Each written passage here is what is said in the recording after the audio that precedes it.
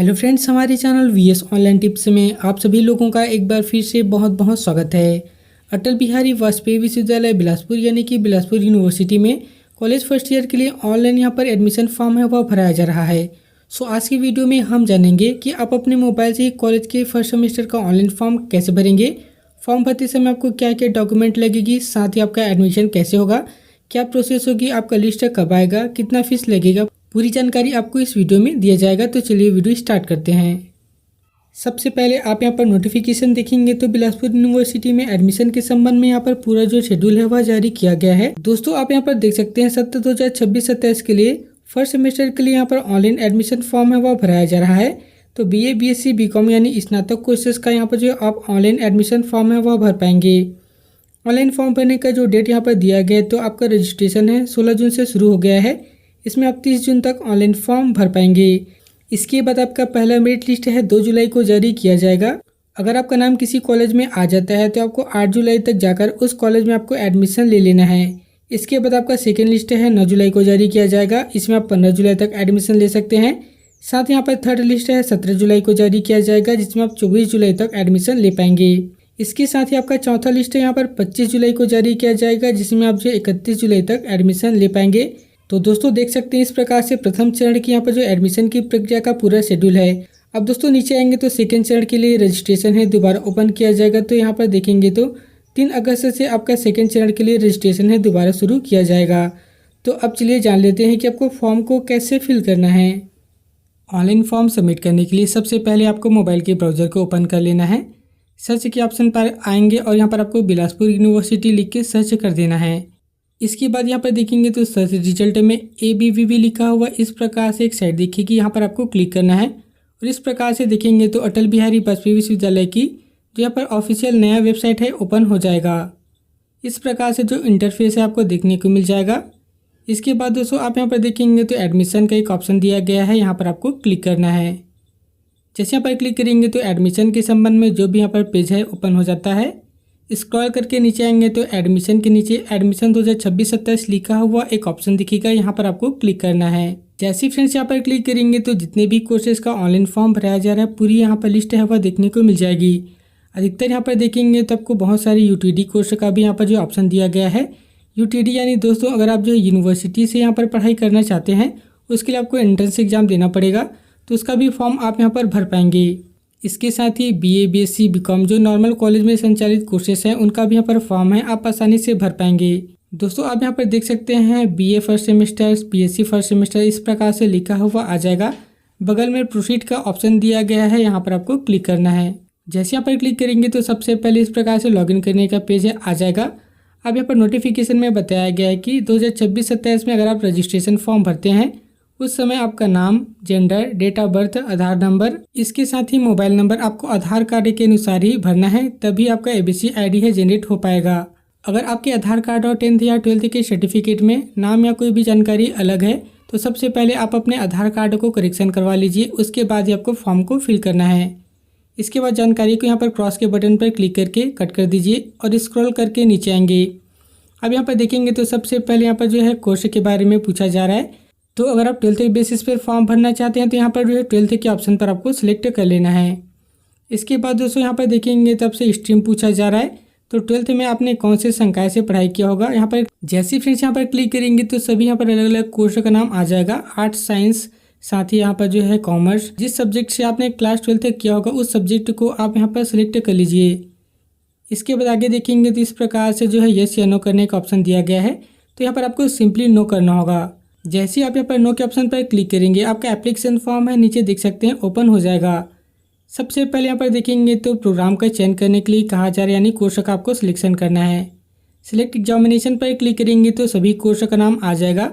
सबको जिस कोर्स में एडमिशन लेना है BA BSc BCom साथ ही DCA BCA उसे आप यहाँ पर सिलेक्ट कर लीजिए। इसके बाद आगे यहाँ पर आवेदक का नाम लिखा हुआ आता है, तो यहाँ पर आप अपना जो है पूरा नाम एंटर करेंगे।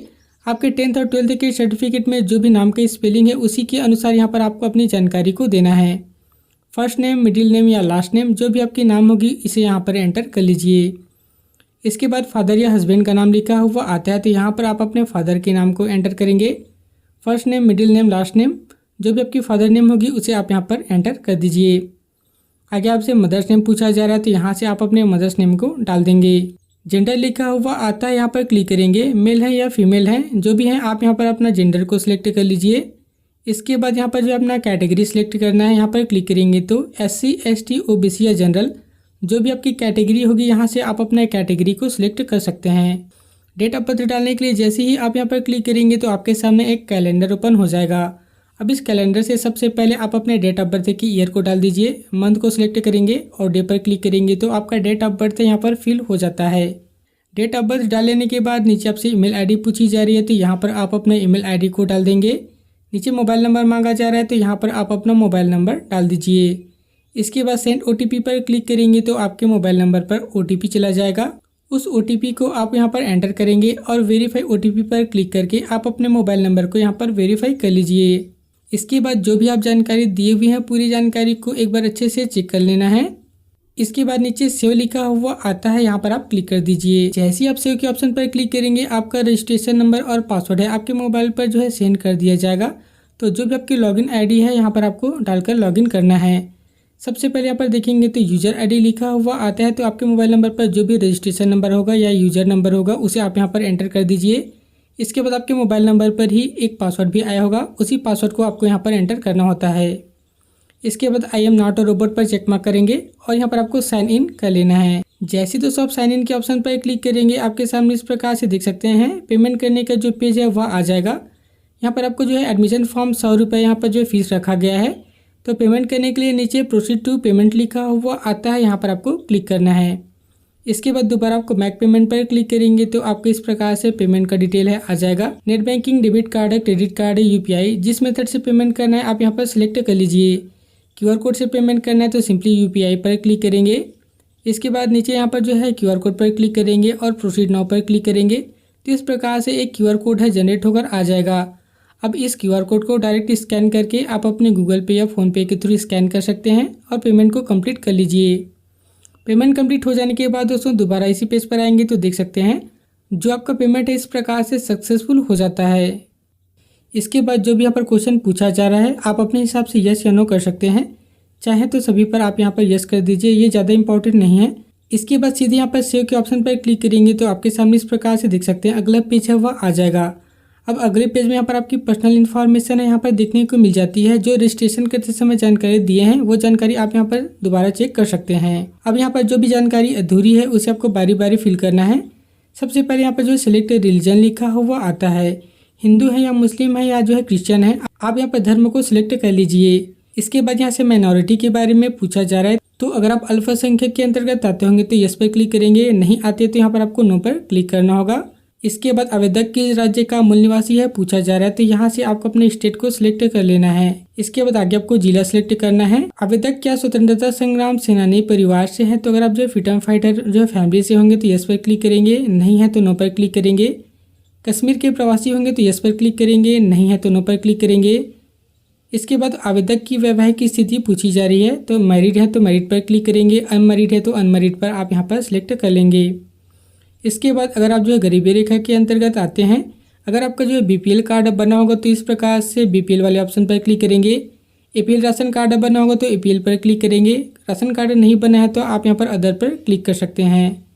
अगर आप जो है BPL या APL राशन कार्ड के ऑप्शन को सिलेक्ट करेंगे तो नीचे आपको राशन कार्ड का नंबर डालने का ऑप्शन आ जाता है। यहाँ से आप अपने राशन कार्ड के नंबर को एंटर कर दीजिए। आगे पूछा जा रहा है कि क्या आप दिव्यांग कैंडिडेट हैं, तो अगर आप दिव्यांग होंगे तो यस पर क्लिक करेंगे, दिव्यांग नहीं है तो नो पर आप क्लिक कर लीजिए। इसके बाद दोस्तों आगे आपसे एड्रेस मांगा जा रहा है, तो एड्रेस को आपको फिल करना है। जैसे कि यहाँ पर सन या डॉटर आप लिखा हुआ आता है, तो यहाँ पर आप अपने गार्जियन का नाम लिखेंगे, हाउस नंबर देंगे, फ्लैट या जो है बिल्डिंग का यहाँ पर अपार्टमेंट नंबर देंगे। इसके बाद आप अपने आसपास के गली मोहल्ले का नाम यहाँ पर लिखेंगे। एरिया लिखा हुआ आता है तो आपका शहर या जो है गांव कौन से एरिया के अंतर्गत आता है, तो आसपास के सिटी का नाम यहाँ पर लिख सकते हैं। विलेज या वार्डा लिखा हुआ आता है तो यहाँ पर आप अपने गांव या वार्डा का नाम लिखेंगे। इसके बाद पोस्ट ऑफिस का नाम लिखेंगे, पुलिस स्टेशन का नाम यहाँ पर आपको जो है लिखना पड़ेगा। सिटी या टाउन या तहसील लिखा हुआ आता है तो यहाँ पर आप अपने तहसील का नाम लिखेंगे। इसके बाद यहाँ से आप अपने स्टेट सेलेक्ट करेंगे, डिस्ट्रिक्ट सेलेक्ट करेंगे और नीचे पिन कोड लिखा हुआ आता है, यहाँ पर आप अपने पिन कोड को डाल दीजिए। तो दोस्तों आप अपने हिसाब से अपना एड्रेस है आसानी से यहाँ पर फिल कर सकते हैं। दोस्तों स्थायी पता डाल लेने के बाद आगे देखेंगे तो आपसे आवेदक का पत्र व्यवहार का पता वहाँ पर पूछा जा रहा है। अगर आपका स्थायी पता और पत्र व्यवहार का पता यानी अभी जहाँ रहते हैं वह अलग है तो उसका एड्रेस भी आप यहाँ पर दे सकते हैं। दोनों एड्रेस सेम है तो इस बॉक्स पर चेक मार्क करेंगे तो जो ऑटोमेटिक यहाँ पर जो है एड्रेस है फिल होकर आ जाएगा। इसके बाद दोस्तों नीचे आएंगे तो आपसे आधार कार्ड का नंबर मांगा जा रहा है तो यहाँ पर आप अपने आधार कार्ड के नंबर को डाल दीजिए। आगे आपसे ब्लड ग्रुप पूछा जा रहा है तो यहाँ पर आप अपने ब्लड ग्रुप को सिलेक्ट कर लीजिए। जो भी आपने जानकारी दिया हुआ है एक बार अच्छे से पूरी जानकारी को चेक कर लेंगे, कोई भी गलती नहीं होनी चाहिए और कोई भी जानकारी अधूरी फिल नहीं होनी चाहिए, अदरवाइज आपका फॉर्म में आगे फिल नहीं हो पाएगा। इसके बाद यहाँ पर सेव के ऑप्शन पर क्लिक करेंगे और नेक्स्ट के बटन पर क्लिक करेंगे तो आपके सामने सेकेंड स्टेप है आ जाएगा। सेकेंड स्टेप में आपको फोटो और सिग्नेचर अपलोड करने के लिए कहा जा रहा है। तो दोस्तों सबसे पहले आप अपने फोटो और सिग्नेचर के साइज को आपको रिसाइज करना है। देख सकते हैं फोटो की साइज है 100 से 200 KB के बीच होनी चाहिए। सिग्नेचर की साइज है 10 से लेकर 50 KB के बीच आपको रिसाइज कर लेना है। अगर आप अपने फोटो या सिग्नेचर को यहाँ पर अपलोड नहीं कर पा रहे हैं तो चलिए जान लेते हैं कि आपको रिसाइज कैसे करना है। इसके लिए आप अपने मोबाइल के ब्राउजर को ओपन करेंगे। सर्च के ऑप्शन पर अगर आपको जो रिड्यूस फोटो साइज लिख के सर्च कर देना है। इसके बाद दोस्तों आप यहाँ पर देखेंगे तो इस प्रकार से PI7 इमेज लिखा हुआ आता है। इस वेबसाइट पर क्लिक करेंगे। सिलेक्ट इमेज पर क्लिक करके जो भी आपने फाइल में अपना फोटो रखा हुआ है उस फोटो को यहाँ पर सिलेक्ट कर लेंगे। इसके बाद नीचे देखेंगे तो कितना आपको साइज चाहिए उस साइज को आपको लिखना पड़ेगा। तो दोस्तों जो भी साइज मांगा गया है उस साइज के अनुसार यहाँ पर आप अपने फोटो का जो साइज है उसको रख लीजिए और रिड्यूस साइज पर क्लिक करेंगे तो आपको फोटो देख सकते हैं साइज कम होकर आ जाएगा। इसके बाद नीचे डाउनलोड का ऑप्शन दिया गया है, यहाँ पर क्लिक करके आप अपने फोटो को आसानी से डाउनलोड कर सकते हैं। उसी प्रकार से दोस्तों आप अपने सिग्नेचर के साइज को भी इसी प्रोसेस को फॉलो करते हुए आप कम कर पाएंगे। फोटो सिग्नेचर का साइज को कम करने के बाद यहाँ पर देखेंगे तो आपको अपलोड करना है। अपलोड करने के लिए चूज फाइल पर जाएंगे। फाइल में चले जाइए, जहाँ भी आप फोटो रखे हुए हैं जिस फाइल में रखे हुए हैं उसे आप सिलेक्ट करेंगे और अपलोड के बटन पर क्लिक करेंगे तो आपको फोटो है अपलोड हो जाएगा। उसी तरीके से आपको सिग्नेचर को भी अपलोड करना है। चूज फाइल लिखा हुआ आता है, यहाँ पर क्लिक करेंगे। फाइल में चले जाइए, सिग्नेचर को सिलेक्ट करके अपलोड कर दीजिए। फोटो सिग्नेचर अपलोड हो जाने के बाद नीचे सेव लिखा हुआ आता है, यहाँ पर क्लिक करेंगे और नेक्स्ट करेंगे तो आपका अगला स्टेप है यहाँ पर आ जाएगा। अगले स्टेप में हमें क्वालिफिकेशन डिटेल है वह डालना है। सबसे पहले यहाँ पर देखेंगे तो 12th का डिटेल आपको डालना पड़ेगा। टाइप ऑफ एग्जामिनेशन लिखा हुआ आता है, यहाँ पर क्लिक करेंगे और यहाँ से 12th है तो 12th सेलेक्ट करेंगे। इसके बाद दोस्तों यहाँ पर जो आपको स्ट्रीम या जो है ग्रुप सेलेक्ट करना है, यहाँ पर क्लिक करेंगे तो आपका जो 12th है कौन से ग्रुप से आपने किया होगा उसे सिलेक्ट करेंगे। इसके बाद कितने ईयर का था तो 1 ईयर का था तो इसे 1 ईयर पर आपको जो है सिलेक्ट कर लेना होगा। बोर्ड का नाम पूछा जा रहा है तो यहाँ पर क्लिक करके छत्तीसगढ़ बोर्ड होगा तो छत्तीसगढ़ बोर्ड आप यहाँ पर जो है सिलेक्ट कर सकते हैं। अदर बोर्ड होगा तो अदर बोर्ड का भी ऑप्शन यहाँ पर दिया गया है। कौन सी ईयर में आपने 12th पास किया हुआ है उस ईयर को आप यहाँ पर सिलेक्ट कर लीजिए। आगे आपसे रोल नंबर मांगा जा रहा है तो यहाँ पर आप अपना रोल नंबर एंटर करेंगे। टोटल मार्क्स कितना था तो 500 का होता है, छत्तीसगढ़ बोर्ड का तो 500 लिखेंगे। इसके बाद ऊपर देखेंगे तो स्कूल का नाम पूछा जा रहा है तो यहाँ पर आप अपने स्कूल के नाम को एंटर कर लीजिए। सब्जेक्ट का यहाँ पर नाम पूछा जा रहा है तो आप अपने सब्जेक्ट के फर्स्ट लेटर को आप यहाँ पर डाल दीजिए। जैसे हिंदी पढ़े होंगे तो एस लिखेंगे, इंग्लिश पढ़े होंगे तो ई लिखेंगे, फिजिक्स केमिस्ट्री में पी और सी, इस प्रकार से शॉर्टकट आप यहाँ पर डाल सकते हैं। इसके बाद यहाँ पर देखेंगे तो रजिस्ट्रेशन या इनरोलमेंट नंबर पूछा जा रहा है तो आपके सर्टिफिकेट में जो भी इनरोलमेंट नंबर होगा यानी नामांकन क्रमांक होगा उसे आप यहाँ पर डाल सकते हैं या रजिस्ट्रेशन नंबर भी डाल सकते हैं। रिजल्ट में अगर आप पास हैं तो पार्ट पर क्लिक करेंगे। ऑब्टेन मार्क्स में आपको कितना नंबर मिला हुआ है उसकी जानकारी यहाँ पर देना है। डिवीजन में कौन से डिवीजन से आपने पास आउट किया हुआ है, फर्स्ट या सेकेंड, उसे आप यहाँ पर डाल दीजिए। इसके बाद दोस्तों पूरी जानकारी को एक बार चेक कर लीजिए और नीचे ऐड एंड सेव लिखा हुआ आता है, यहाँ पर क्लिक करेंगे तो इस प्रकार से आपका क्वालिफिकेशन है यहाँ पर ऐड हो जाएगा। इसके बाद नीचे नेक्स्ट का बटन है, यहाँ पर क्लिक करेंगे तो आपके सामने देख सकते हैं कोर्स सेलेक्ट करने का ऑप्शन है यहाँ पर आ गया है। कोर्स सेलेक्ट करते समय आपको यहाँ पर विशेष ध्यान देना होगा तभी आपका कोर्स यहाँ पर ऐड हो पाएगा, अदरवाइज यहाँ पर कोर्स है ऐड नहीं होता है। सबसे पहले जो भी यहाँ पर जानकारी दिया गया है इसे आपको अच्छे से पढ़ लेना होगा। जैसे कि यहाँ पर बताया गया कि बीएससी में ग्रुप सेलेक्ट करने के बाद एक विषय जीई यानी ग्रुप ई से और एक विषय आपको वीएसी से चयन करना जरूरी है। इसके साथ ही बीएससी में जिस ग्रुप का आप चयन नहीं करना चाहते उसमें से रेगुलर सब्जेक्ट को यहाँ पर जो है आप अनचेक कर सकते हैं। इस प्रकार से यहाँ पर जानकारी दिया गया है। अब दोस्तों यहाँ पर देखेंगे तो नीचे सिलेक्ट इंस्टीट्यूट लिखा हुआ आता है, यहाँ पर आप क्लिक करेंगे।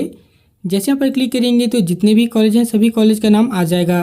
सबको जिस कॉलेज में एडमिशन लेना है, जिस कॉलेज में फॉर्म भरना है, उस कॉलेज को आप यहाँ पर सिलेक्ट कर सकते हैं। इसके बाद एड इंस्टीट्यूट पर क्लिक करेंगे तो देख सकते हैं उस कॉलेज में कौन कौन से सब्जेक्ट हैं उसकी पूरी लिस्ट है यहाँ पर आ जाएगी।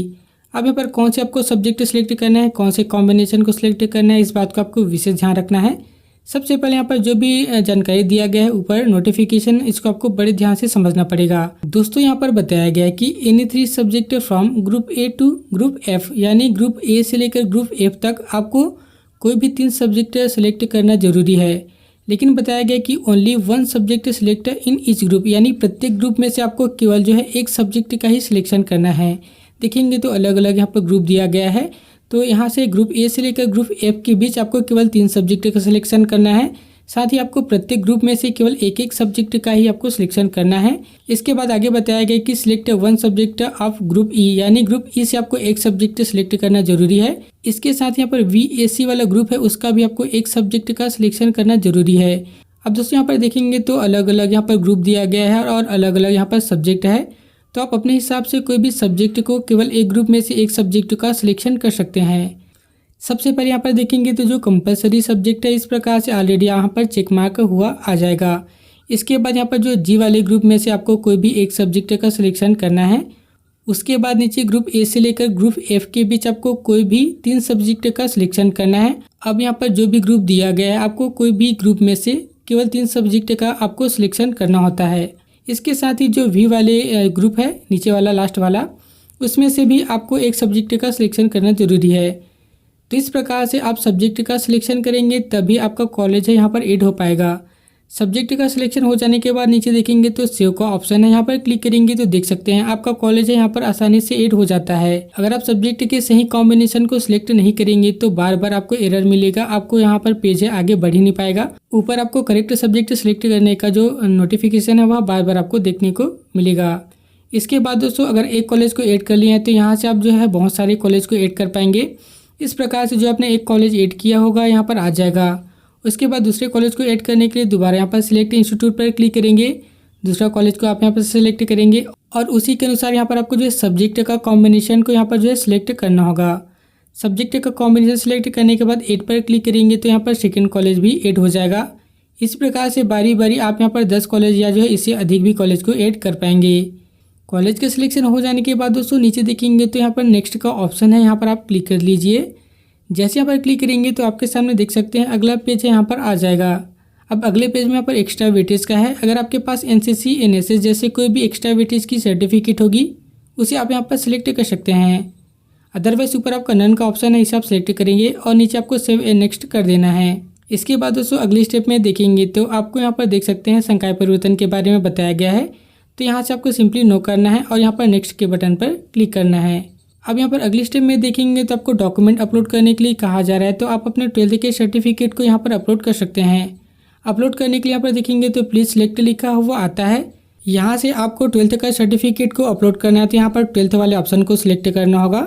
इसके बाद चूज फाइल पर जाएंगे, फाइल में जाकर आप अपने सर्टिफिकेट को सिलेक्ट कर लीजिए और सिंपली अपलोड के बटन पर क्लिक करेंगे तो आपका सर्टिफिकेट है अपलोड हो जाएगा।